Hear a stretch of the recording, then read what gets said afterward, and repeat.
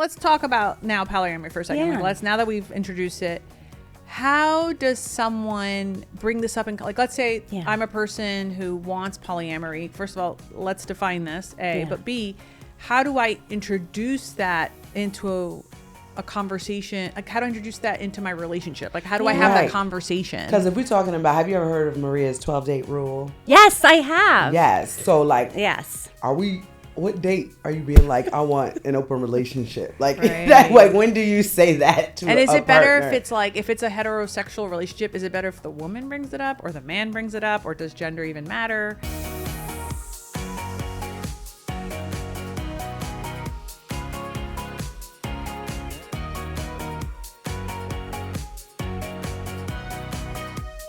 Hey, welcome back to the Ask a Matchmaker podcast. I'm your host, Matchmaker Maria, and it's still the month of June, even though it feels like 11 years have passed since we started this podcast the last 2 weeks. So many things have happened, but I am joined back by my June co-host, comedian extraordinaire, Joyelle Nicole Johnson. Welcome. Hey, how y'all doing? Happy almost Juneteenth. Yes, that is right. And also joining us this week is relationship therapist and professor Melissa Fulgieri. Welcome, Melissa. We hope we don't scare you here. Oh, I am scared and I am happy to be here. That's perfect. Can I be both? You can be both. Well, then let's rock with We can both. hold space for that. Thank you so much. So I love that we're recording because this goes out tomorrow, so we can actually talk in the present. Amazing. How was your weekend? You know, the last time I spoke to you, you were running off to do something at the Tonys. Yes, I was in the intro. I was in the cold open for the Tony Awards. I got to deliver one line to Cynthia Erivo. It was amazing. It was a dream. I met Oprah. It was crazy. We talked to Oprah? Oprah talked to all of us. Oprah, she yelled at us, "Happy Tonys, everyone!" It was amazing. That is a perfect impression of her. Yeah. When you're in the presence, you also shut the hell up. Yeah, and listen. It was fantastic. Awesome. Yeah. I could not watch the Tonys live, but I kept going on your stories. If you're not following Joyelle, fix that. Fix that right now. It's Joyelle Nicole on Instagram, right? Yes. I'll have the link on the show notes so you could do that. But I kept going to your stories to see, like, one of these bitch friends are gonna like post it, and then finally one of your friends did within 5 minutes. Yeah. And I just kept replaying it because it is one line, but it's your face. Yes, and we did it live too, so it was like a lot of pressure because they were like, and go, and it was like I took the deep breath inhale because it's like so much pressure when it's just one line to hit, because I'm like, oh, let me cough or sneeze or something goofy, but I got it out. So impressive. No, you looked so good. Thank you. That was also a debacle with the makeup. I did replay it like at least 10 times. Thank y'all. Yeah. Just taking it all in. I was just like, she did it. She did it. So proud. Melissa, I don't know how your weekend was.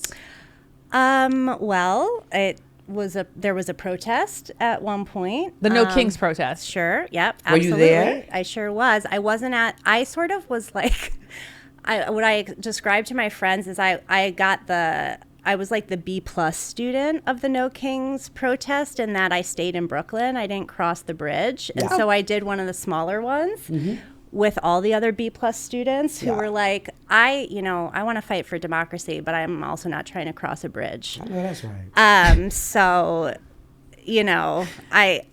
I was there, but it was special. What was the funniest sign you saw?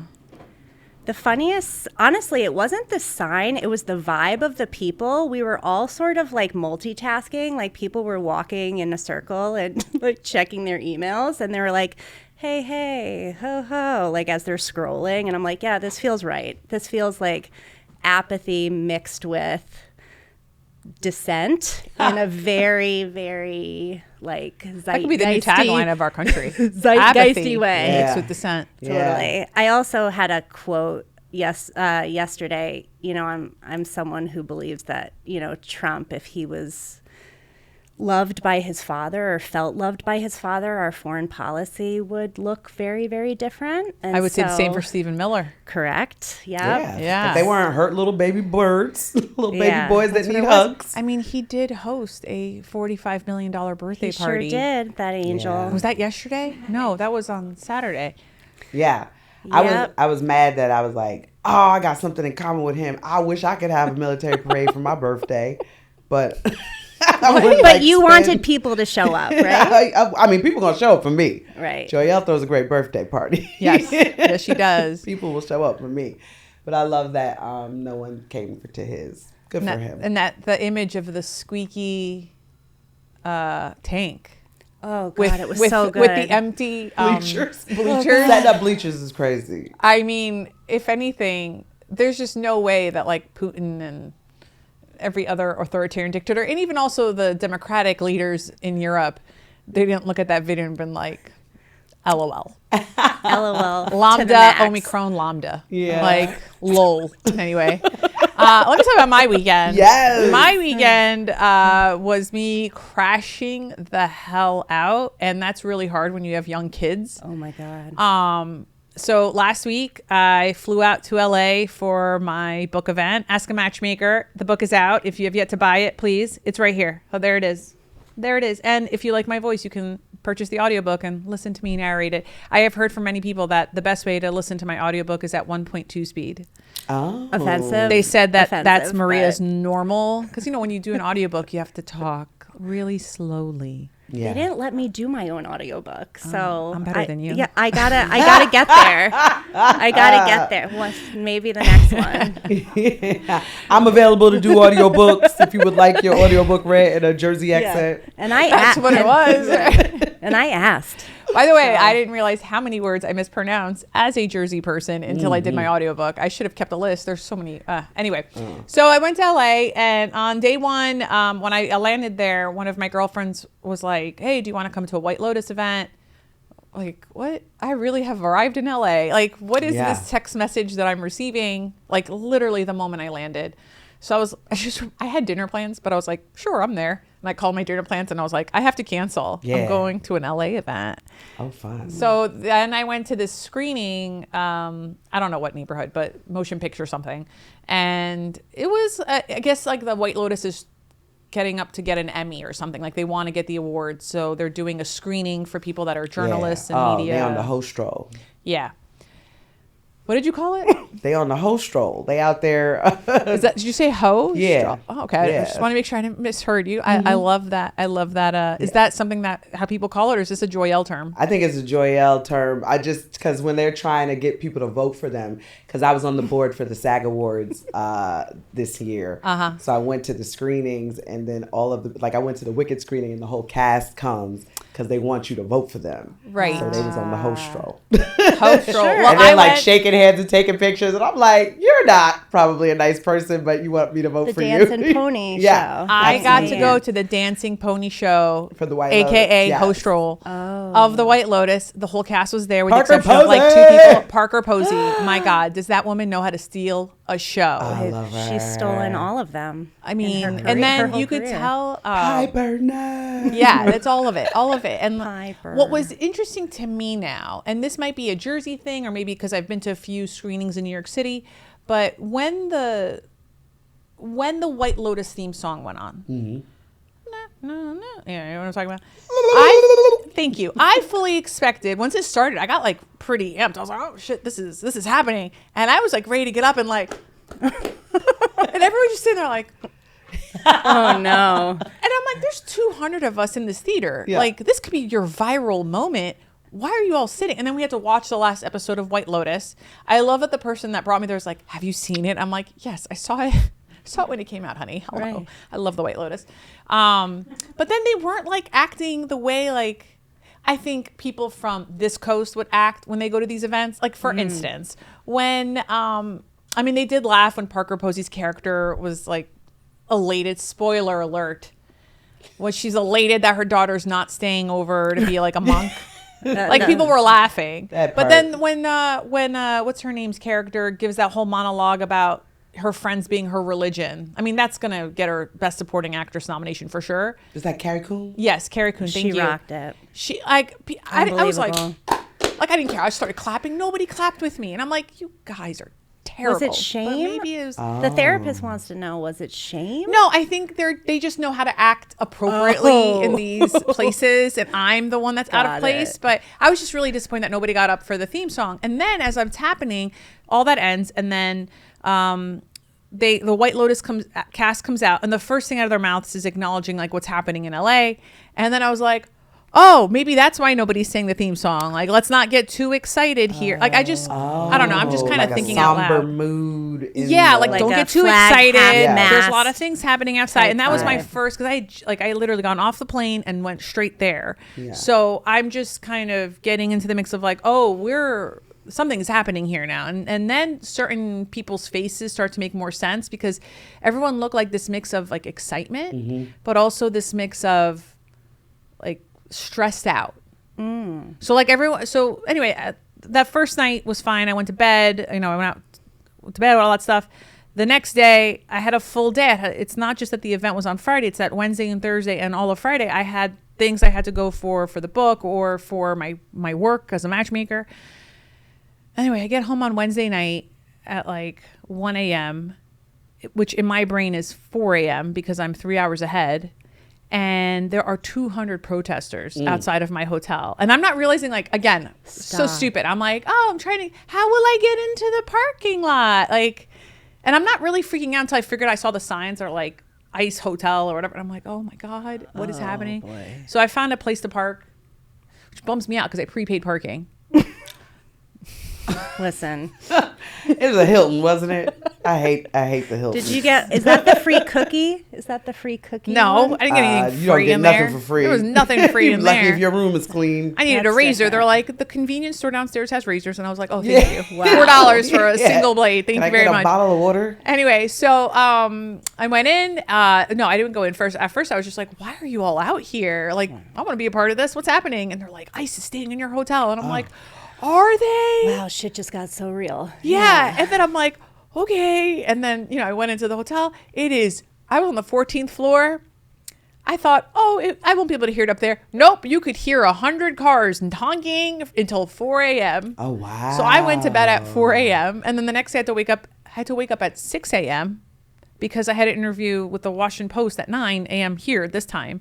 So he calls me and I don't know how that interview is going to be published. I was delirious for an hour and a half. I was just like, just talking just in in a tongues. fog. Oh, totally. I was like, but I held it together. I did use that time with him though to talk about what's happening in LA, which is like, it's not lost on me that I'm here to talk about community and legacy. Meanwhile, this community is trying to protect its legacy. Absolutely. Despite the people in this hotel. I started getting a lot of hate emails from people who really like fascism. That's when you know you're speaking truth to power. Yeah. Yeah. I I had like a- haters. Yeah, I had a mutual. I had a good. friend who Yeah. reached out saying she resents the fact that I called her a fascist, and I go, "When did I call you specifically a fascist?" Well, you're saying that people who support. When And you I'm like- say friend, Yeah, I feel like we use that word too we do use loosely. that word loosely, don't we? Because if she supports that, is that your friend? Well, our daughters do ballet together every Saturday, and Oh, for the so last it- year, so I it's a have chick you spent know. every Saturday with her having Dunkin' Donuts coffee. Yeah. Right. I haven't told her any of like my personal life secrets, but It's a friend of convenience. it's a friend of convenience. Yeah. Exactly. Right. That's the ballet bitch. I said it, not Maria, ballet bitch. So don't get mad at Maria. Joyelle She's said not that. mad. Listen, I will, She to her gonna bleep credit, that out. to her credit, I'm going to give a shout out to a podcast really quick. To her credit, I did at some point, when she messaged me this, I said, hey, I understand what you're saying. I understand how you feel. Are you open-minded to hear a different perspective? Nice. And she's like, sure. And I was like, great, listen to this podcast by Roman Mars. It's called What Trump Can Teach Us About Constitution Law. It's by constitutional law professor, where she breaks down what's happening right now. And she's like, I'll give it a listen today. Amazing. That's- Wait. the When first you step. is she a Trump supporter? Yeah. Oh, girl, they don't listen to reason. She's not gonna. She She ain't might. listening to that. She might. She's not listening to that. Listen, update Whatever. us My on the daughter's next not doing podcast. ballet next year anyway, so I guess I know. I want to know. I want to Anyway, know if she listens. I thought- She needs an accountability partner. Yeah. She Yeah. needs that, you know. There's more I could say about this, but I don't want to. But I thought that would be the end of ICE. Like I thought they would leave. And my publisher calls me like the next morning. They're like, Maria, we're gonna move you hotels. And I'm like, I don't feel like packing. I'm sure they're Yeah. gonna be gone tonight. No, They did not. They did not leave. They So were for the next 2 dedicated. nights, I was up until 4 a.m. The last night, my flight, I had to leave the hotel at 4:30 a.m. So I just didn't go to sleep. I was just like, let me just pack and just go to the airport. So then when I came back, I needed a day and a half to like recuperate because I was sleep deprived. The event on Friday for the book event though was amazing. Yeah. I've never been to a more beautiful Barnes and Noble in my life. Barnes and Noble Americana, shout out. Was it in like Beverly Hills or something? No, it was in Glendale. Okay. And it was at a really nice mall. And everyone showed up, but there were also people who had never heard of me who just had me walking around that Barnes & Noble, and then they could hear me, and then they just started kind of coming closer and closer and closer to the event, where eventually they would all buy the book. Oh, I was like, I won you over. I won you over. It was Like great. a siren. That's Yeah, the yeah. I best was like, feeling. come, my children, come. That's awesome. No, it was really great. And then, I flew back and feel more radicalized than ever. I love the LA people. Fuck yeah. I could never live there. The Oh my monotonous goodness. weather. I mean, granted, we're here in Seattle, New York. Truly. Oh, I lived in LA. I started comedy in LA, and I was one of the few people that hated the weather. Like, I don't like. I can't. I It's don't- too nice. You don't like the same. I don't like the same. I love the change. I hear grew up, you. I'm a Jersey girl. I like leather jackets and scarves and hoodies and boots. I love that we can wear jean jackets in I hear mid-July. you. I do. Listen, summer's my least favorite season. Yeah. Yeah. Yeah. I mean, I e-biked here With a helmet? From Brooklyn. from Brooklyn. Our faces are so concerned right Oh, no. now. E-bike, get a helmet. Everyone I wear a know, helmet, I know. please. You do not want a head injury. That's actually why I'm here to Okay. talk about bike safety. No, I'm just Please, kidding. wear a helmet. Yeah, so I'm with you. It's really encroaching upon my e-bike lifestyle, the weather. I got it. I Yeah. got it. All right, let's talk about why you're here joining us today. Yes. So I was talking to Joyelle, and she, despite being in a committed relationship, and Yes. she's not really interested in opening it up from what I understand, she did have a lot of questions. She's got the curiosity about how people choose the path to polyamory.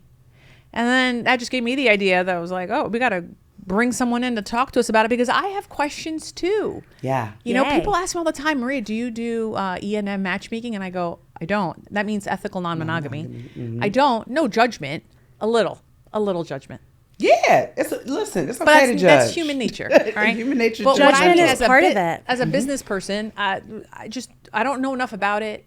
And there's also already a matchmaker there's like 2 matchmakers who specialize in E&M matchmaking. Interesting. So I'm like, I'm not your matchmaker. Let me send you to someone else. Yeah, because Totally. that's a different person that you're matching someone with if they do not want a monogamous relationship. That's right. So yeah, you Yeah, the yeah, yeah. monogamy girl. I'm a monogamy girl, but I do Yeah. have a lot of questions. I know you have a lot of questions. I do. So Psyched. let's get into it. Yeah. So first off, Melissa, what should we call you, Melissa? Should we call you Dr. F? What's Well, the- Dr. F. I'm not a doctor, so definitely don't call me Oh, that. okay. Sorry about that. But no, it's great. My mom is upset about that, but look at me, Mom. Here I am.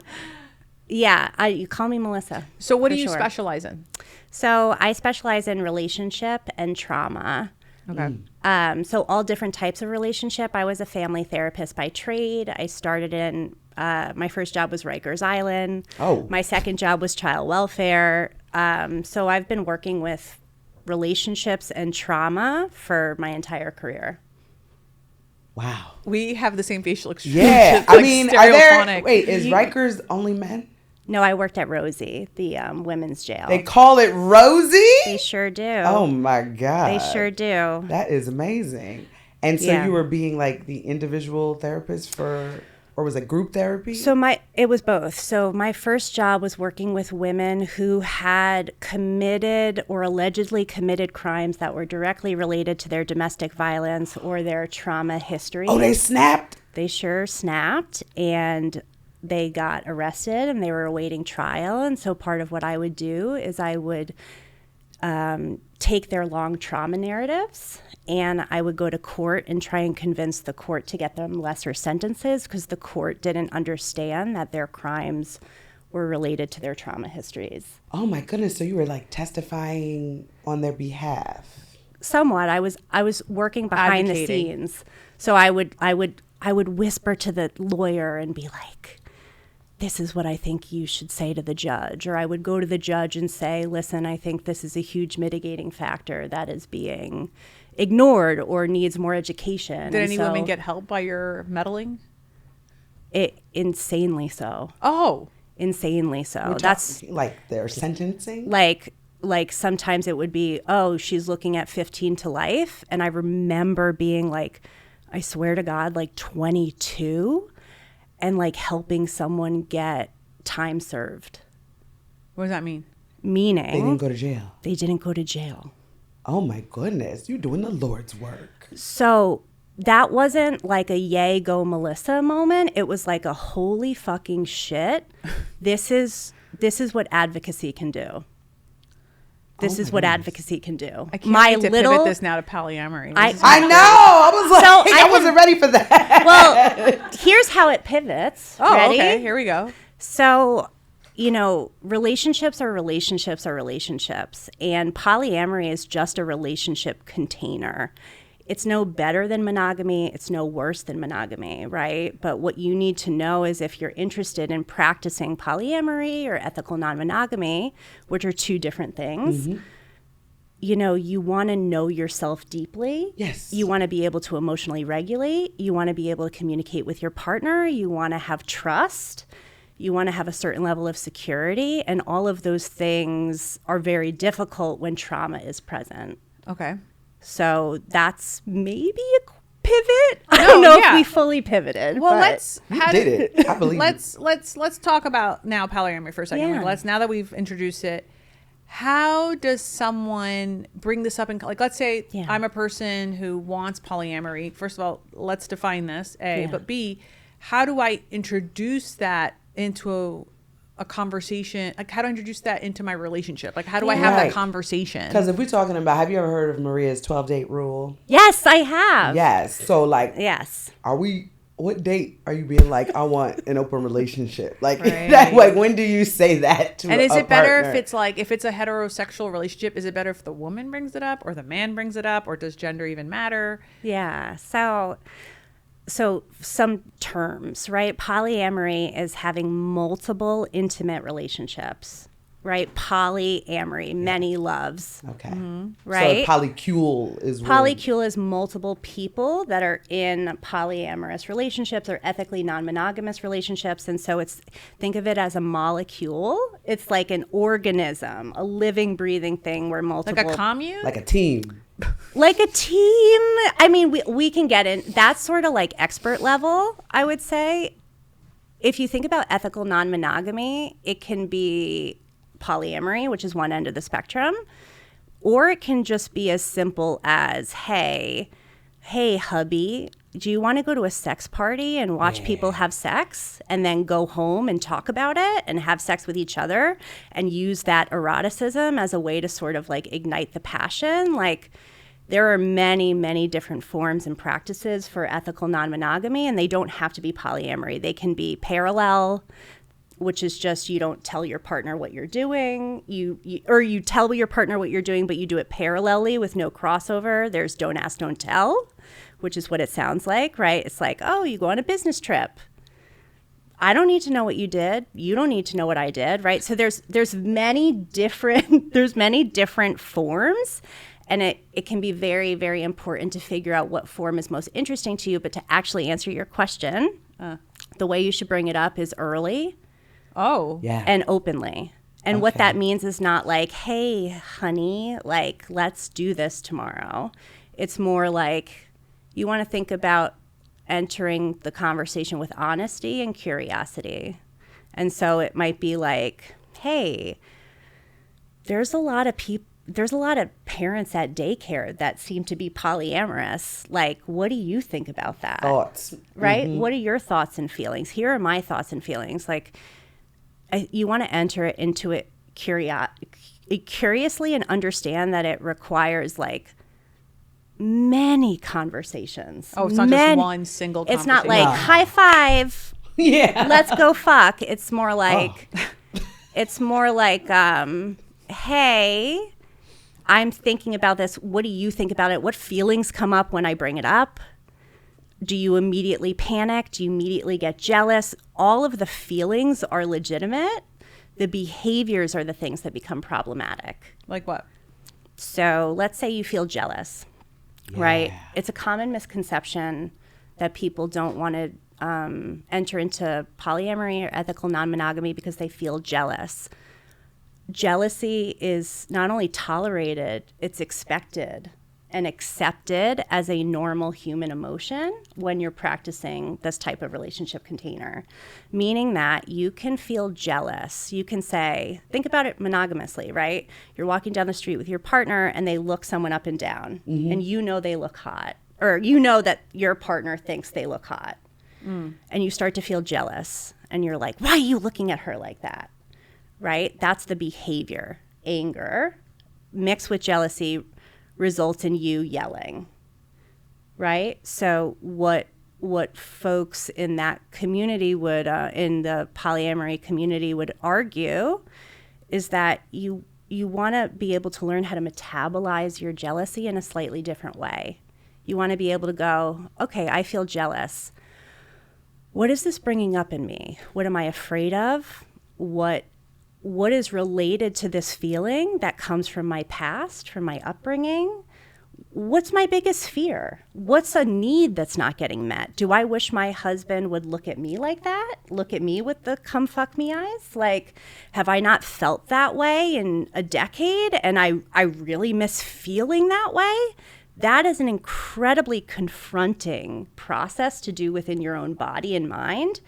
And it's also imperative if you want to practice in this community in an ethical way. I can't wait to weaponize that in a way. Literally. No, like I'm be like, you need to metabolize your jealousy. That happens. You need to metabolize your anger. The amount of times that happens in polyamory and in monogamy as well, right? Yeah. We weaponize people's emotions constantly. That happens all the time. Can I ask about attachment style? Please. Like, how many people, percentage-wise, do you think actually have a secure attachment style? Great question. There is data on this from the book Attached, so I don't remember the exact number, but I want to say it's like less than a third, less than a fourth, right? So there's secure and then there's insecure, and then there's three types of insecure. There's anxious, there's avoidant, and there's disorganized. Secure is the folks who tend to feel safe,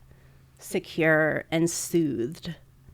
The data on polyamory is that polyamorous folks report higher levels of secure attachment, which makes sense because if you're going to do it ethically, you have to do this very, very confronting work. If you're avoidant, that's cheating. Right. And if you're do you think there's a possibility if you have an anxious attachment style to be in an open relationship or to be polyamorous? You're talking about like half of Brooklyn right now. For sure. I mean, I'm talking about myself. So I'm like, because the question that I have is like, I know I have an anxious attachment style, but growing up, monogamy never kind of really made sense to me. Totally. Because I feel like we're animals. Yeah. So it's like men, especially, I think it's natural to want to have sex with someone else. Certainly. And still love the person that you're committed to. That's what my head says. My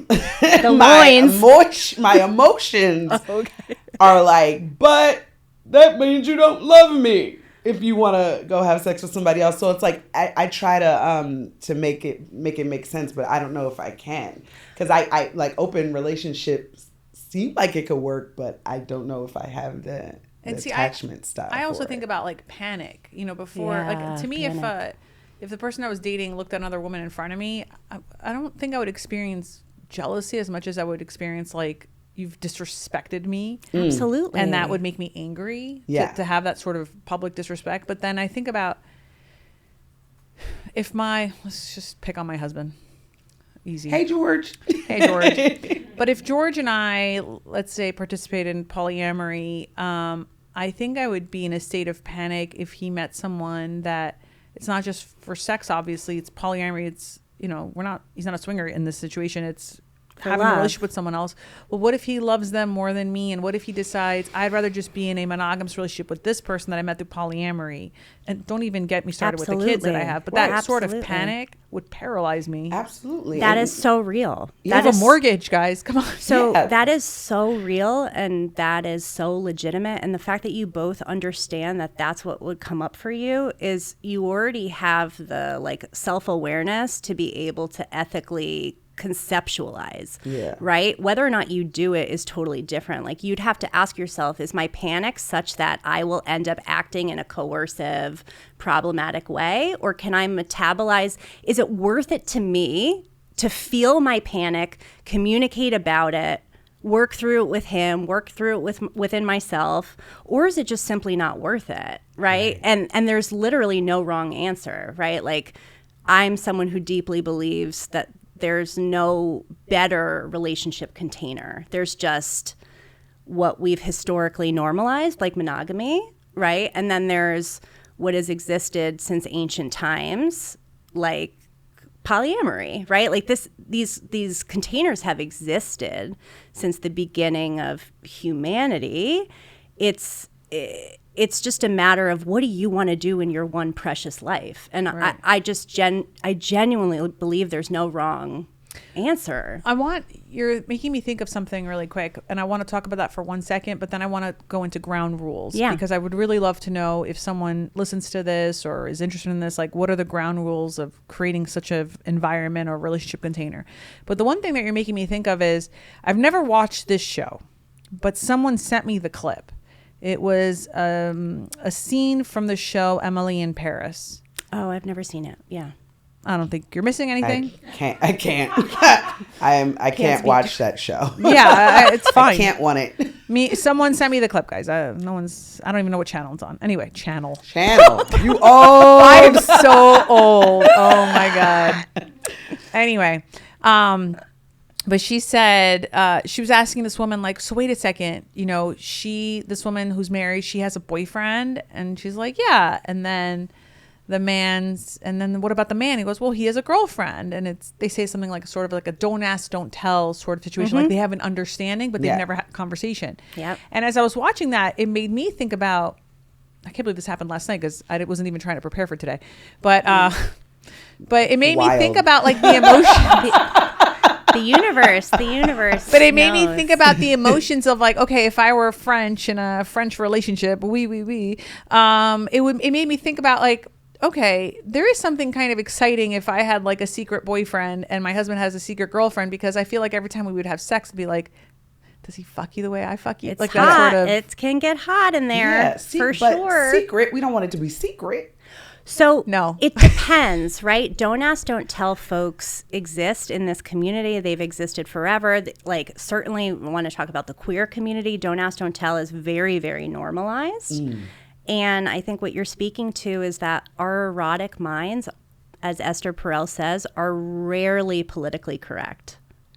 That part. Rarely, right? We all want to be woke as hell until we want to watch porn. And then what? And then we Google it. Then we got dad porn. But correct. That's what I Google too. Yeah, I'm fine with that. Spoiler alert. We're all Googling stepdad. What is that? I've seen the number. I don't want to see. It's power dynamics. 20-year-old men. I want to. It's power dynamics. Oh yeah. It's the father wound. It's everything. Sorry, your girl. I know. Diagnose. But it's interesting with don't ask, don't tell. Is it a jump off or is it a relationship? Are they like literally secret boyfriend? Like, great. Or is it just sex? So back to the agreements. It depends on the agreements, right? So your Maria, your fear that you named is one of the most common fears. Like, what happens if you fall in love? What happens if you like this person better than me? Right? And so it gets even more hairy because there's, like, in the community, there's controversy. Some people believe in hierarchical ethical non-monogamy, and some people believe in non-hierarchical ethical non-monogamy, also known as relationship anarchy. Oh, that's like ranked choice voting? Correct. Sorry. Don't rank Cuomo, y'all.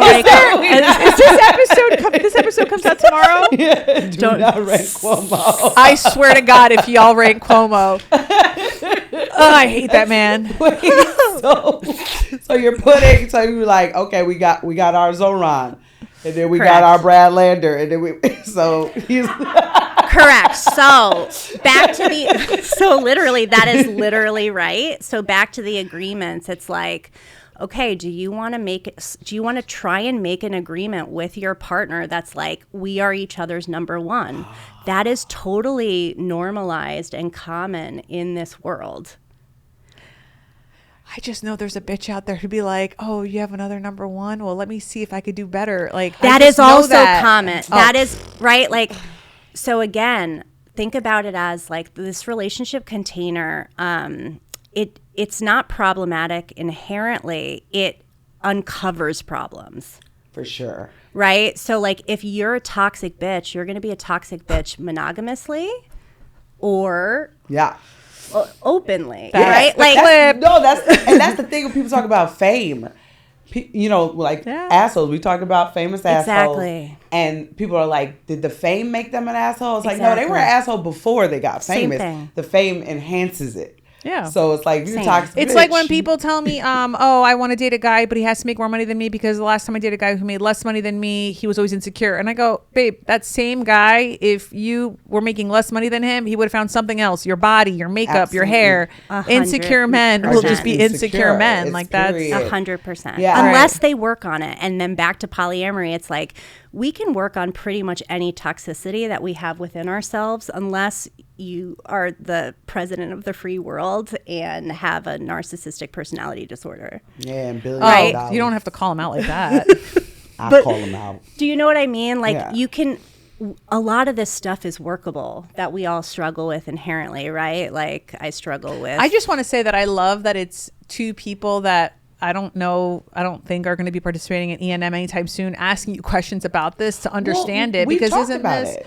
My partner and I have talked about it because he's come out as queer like halfway through our relationship. Very common again in the world. And so it's like we didn't get the chance to talk about open in the beginning. Yes. So we have our couples therapist. Beautiful. And we've talked about it through that of the potential of having an open relationship so he can explore his queer identity. But the problem is the world is on fire and he's my safe space. So it's like if you're bringing other people into our safe space, I no longer feel safe. It's terrifying. It's terrifying. And I have friends who were in open relationships and I went and talked to them about it and they gave me their rules and all that stuff. And then both of them left their partner for the other person. No. Listen, it's terrifying. Yes. So that's one thing that I've seen that happen. All I'm thinking right now is you must be so scared. Yeah. Exactly. So wait, okay. All right. I'm going to pivot this back to a question I asked like 10 minutes ago, but we keep being what we're doing here, which I love. I love it. But I want to know about the ground rules then. Yeah. Like, what are they? Because now you've mentioned them as well. And then how do couples successfully set them so that we don't have someone running off into the sunset with someone else? You can't prevent that, though. So that was going to be the first thing I said, is that like anytime a polyamorous relationship fails, people blame polyamory. But when a monogamous relationship fails, no one blames monogamy, right? Mm-hmm. So that's sort of like the first thing I'll say is just to ground us. And we exist in compulsory monogamy, which is...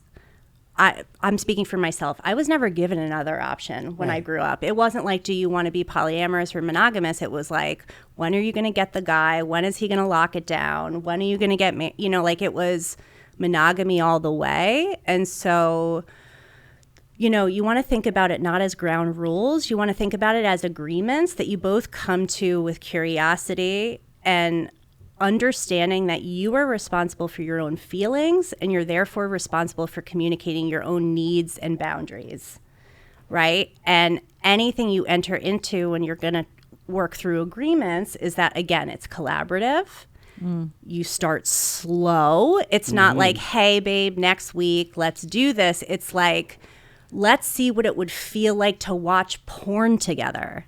Let's see what it would feel like to, again, think about baby steps. And then you want to create agreements that are related to your panic or related to your fear. Yeah. Right? Like, honey, okay, first of all, do you guys want to date together or separately? That can be a way to impact your fear. You can say, I don't want you dating anyone separately. I always want to date a partner with you. Right now, because you named that your partner's queer, they might be looking, to date separately. And so, again, that's a really, really common reason why folks open up is that somebody, understood later on that they had a sexual identity that is not the one that they thought they were coming into the relationship with, right? So no harm, no foul, but it's like, all right, so what are we going to do now? The agreement becomes, do you want to date together or separately? And then if they want to date separately, I might suggest something like, all right, can we make sure we have a date night scheduled pre your date and post your date? Can we do a check-in halfway through? Can you not spend the night? Can you only do this type of sexual activity? Can we make sure you have condoms on? Would you recommend doing this, what you're talking about now, by yourselves and like the kitchen table or in front of a therapist? All therapists are not created equal. You need a therapist that is kink conversant.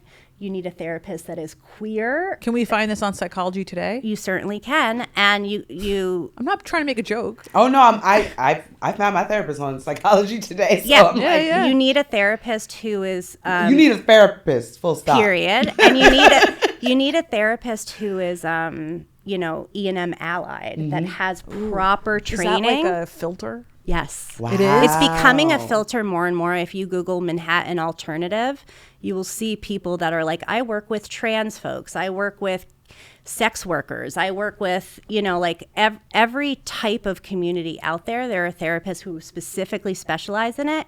And it's imperative you do that because there's so much stigma, right? Like, I so respect, Maria, that you were like, this ain't me. Like, I'm not matchmaking. Necessarily for...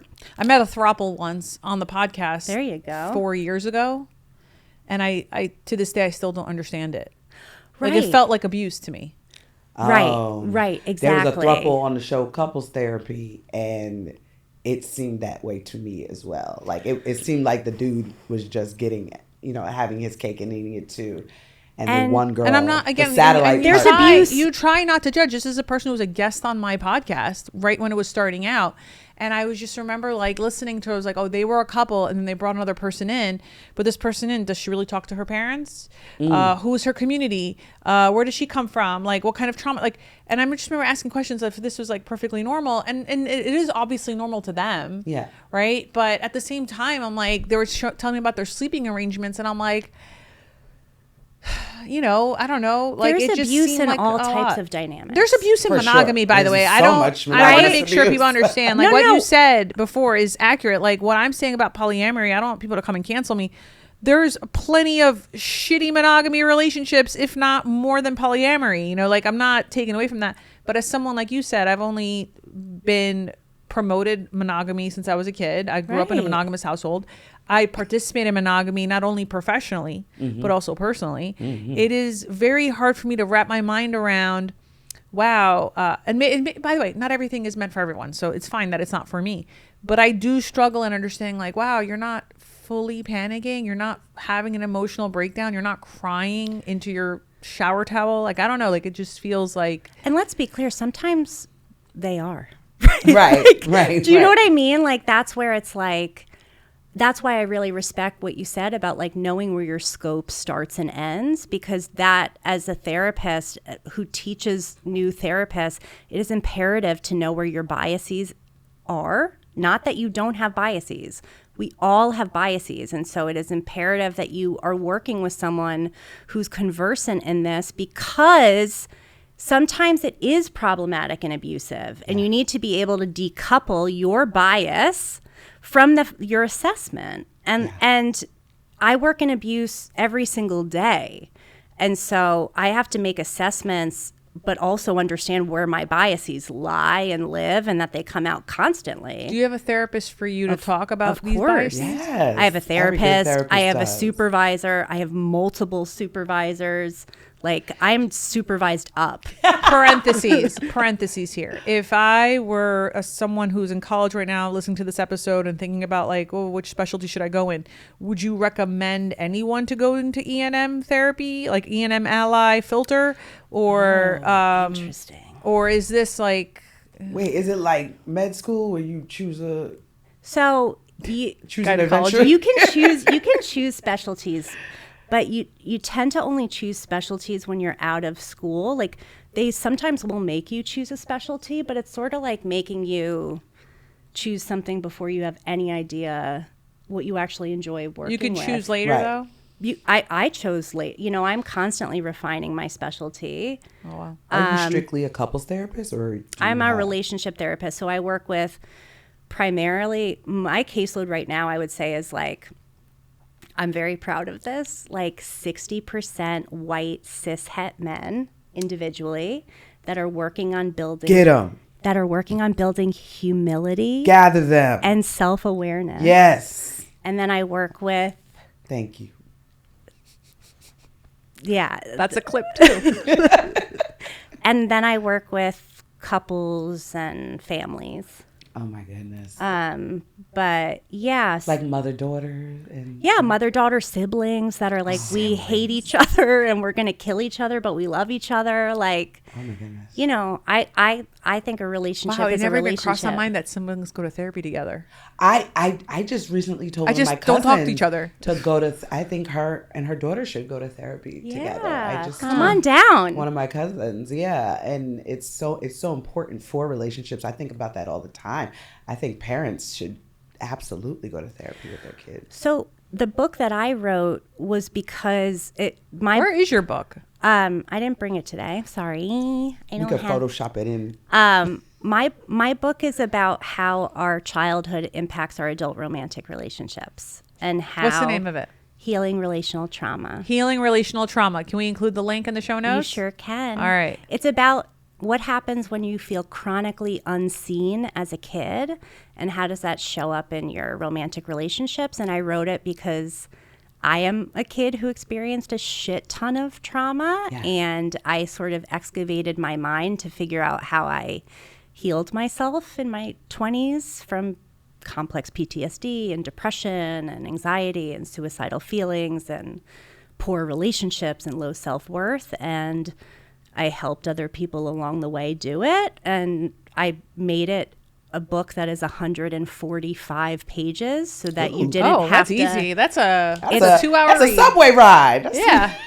I made That's it the Ford that to way. the Bronx from Brooklyn. Yeah, I made it that way specifically because people don't want to read about trauma. Yeah. It sucks. It Yeah. took me 6 tries to read Do Body you, Keeps is there the like Score. any stories in there, or is it straight to like application? Yeah, there's stories. Okay. Yeah. I love Yeah, there's that. composite stories that are, mine and along my travels basically. Yeah. Well, so not to go back to what you said before, I think in my brain, I would never be able to do my boyfriend has a boyfriend or my boyfriend has a Right. girlfriend thing. Like, to have another relationship, I'm not set up like that. But I think there is a world where Like a sex hand jobs. party, A little hand job? or just like a jump, like like a sex party or something like that, where Totally. he just goes to the sex party for You'd one. go with him? I don't know if I want to. That's I'm legit. old. I'm tired. I ain't. There's no judgment in what you like. You No. have to literally be like, what do I truly want? Not what I think I think it's should cool want. that he told you. He It's didn't have to tell amazing you at that all. he told you. Oh no, and because we're completely like open in our conversation, and that is what I do appreciate. That's I love awesome. my partner so much, and we talk about these things. And he was the one that was like, "Let's do couples therapy." I was like, "Absolutely," from the start. And we were able to uncover, his journey into like finding his queerness and everything. And I told him, because he had this therapist that was just like a white man, and all they would talk about was his job. My partner's biracial. He didn't talk about his dead Chinese mother, like all that type Biracial of with stuff. a black partner. Yes, Like, yes, hold up. it's a lot. And he broke up with that therapist and now found a queer biracial man Amazing. who is just basically almost like his mirror and is helping him so much. Is he also half Asian? Yes. Wow. Yeah. This is why, like, therapists who are like, I don't see color, or You need to see color. I'm neutral. It's like, if you don't have an anti-oppressive lens in your therapeutic practice, you are not doing work ethically. Oh, she's like a battle rapper. I know. Like, there's like a lot of lines that she So has said many today. bars. And it's like, geez. Oh, I love it. These should all be T-shirts. I'm so happy to meet you. Oh, a nice little tote. And Well, meet you listen, too. there is so much more that Melissa can give, and I want you to go follow her at Melissa Fulgieri. What the fuck? Fulgieri. Fulgieri. LLC? Is that what you have? Yep, Melissa Fulgieri, LLC. That's your Instagram? Should I change it? Oh my God. Do we hate Well, it? now it's too late. All right. Jesus. Well, we've got to work with what we have. Hashtag no judgment. Hashtag seen an attack. Let me do that question again. mark? No, please follow Ma'am. Melissa. No, you don't keep She's it in. sleepy. Keep That's it in. all right. Sorry, guys. I'm She's trying to tired fight of ice. All the right. protest hordes are still honking at her head. They are. You know what? Last night I closed my eyes and I could hear them. Yeah. Oh. I was- Can you do ear plugs? I can't. My ear I canals can't. are too No, tiny. it would hurt. Yeah. No, I can't. And also, I have kids. If they cry, I got to get up. I can't ignore them. I'll put I them in meant jail. in L.A. No, I couldn't. Like, I just kept saying, oh, surely they'll die down now. Right. Sure. 5 more Nah, minutes. 5 more. it And was I'm like, oh, no. What time do we have? Can we be here until? I will tell you that last night I felt bad because it was Father's Day and I was trying to like make it a day. The weather did not help. So anything that we had planned was out. But at the same time, I was like so lazy all day. I was just like, I'm like not feeling good. And then George is like, just close your eyes. And I go, every time I do, I hear honking. Oh my And I've got PTSD. Anyway, I woke up today at 6 a.m. ready to fight. Anyway, let's go back to this. All right, listen, I think that we have a lot more to unpack, Melissa. So I'm going to tell you right now that I would love to invite you to come to the round table. The round table is a community that we have behind the scenes. Don't look at me like that. I'm going to tell you what it is in a second. No, I'm looking at you with gratitude. Oh, amazing. Yeah. I was I like, think- there's no way she was looking at you crazy. Oh, okay. You are sleepy. I am sleepy. But I want to invite you to the round table because I think the people that are in the round table community, which is the community behind Matchmaker Maria and Ask a Matchmaker. If you don't know what I'm talking about, go to matchmakermaria.com and join the round table. But I think we have live shows every Monday at 8 p.m.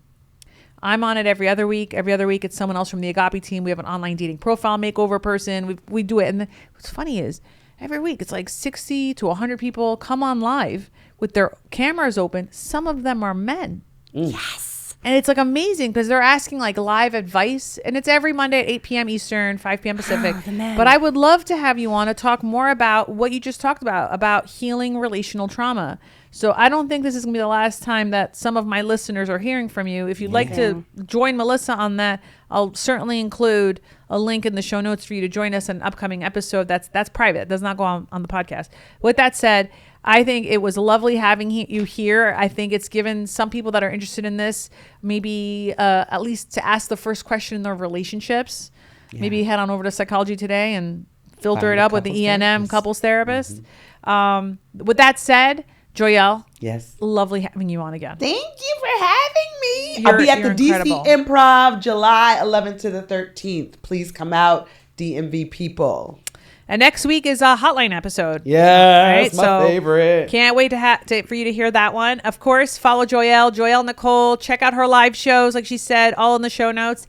And of course, follow Melissa Fulgieri at Melissa Fulgieri LLC. Buy her book, Healing Relational Trauma. I will have the link in the show notes for you to do that as well. And we'll see you in an upcoming roundtable as well. Ladies, this was fun. I feel like we solved a lot of problems. Yeah. Or at least made new problems. Healing the world. make it a better place. I mean, she's doing it. One step at a time. I can't wait to hear more. Oh, this is gonna be great. Melissa, I'm so happy to have met you today. Joyelle, Likewise, thank you so much for you. sharing. That was really vulnerable of you. Thank you. Oh yeah, I didn't even know. I want more people to be able to be open about themselves within themselves. You are To inspiring. even think about. You're inspiring because you're the first person to ever come on my podcast years ago to say, I went to couples therapy with my partner immediately. And Good the for way you. that gave, when you said that, the way that gave me permission to start telling all of my followers, go to couples therapy within the first month. Yeah. Like, just check in. Just check in. It's a check-in. See if you've got the tools to communicate properly. And I feel like, I don't know how many lives you've changed just sharing that back then. But now imagine how many more lives you might change, including your own with today's episode. I'm just happy that you're here. Oh, I'm amazing. You are amazing. I will always root for you. All right. Well, that's it for this week's episode. Thanks for joining us on Ask a Matchmaker podcast. Be lovable, but more importantly, be likable. See you next week.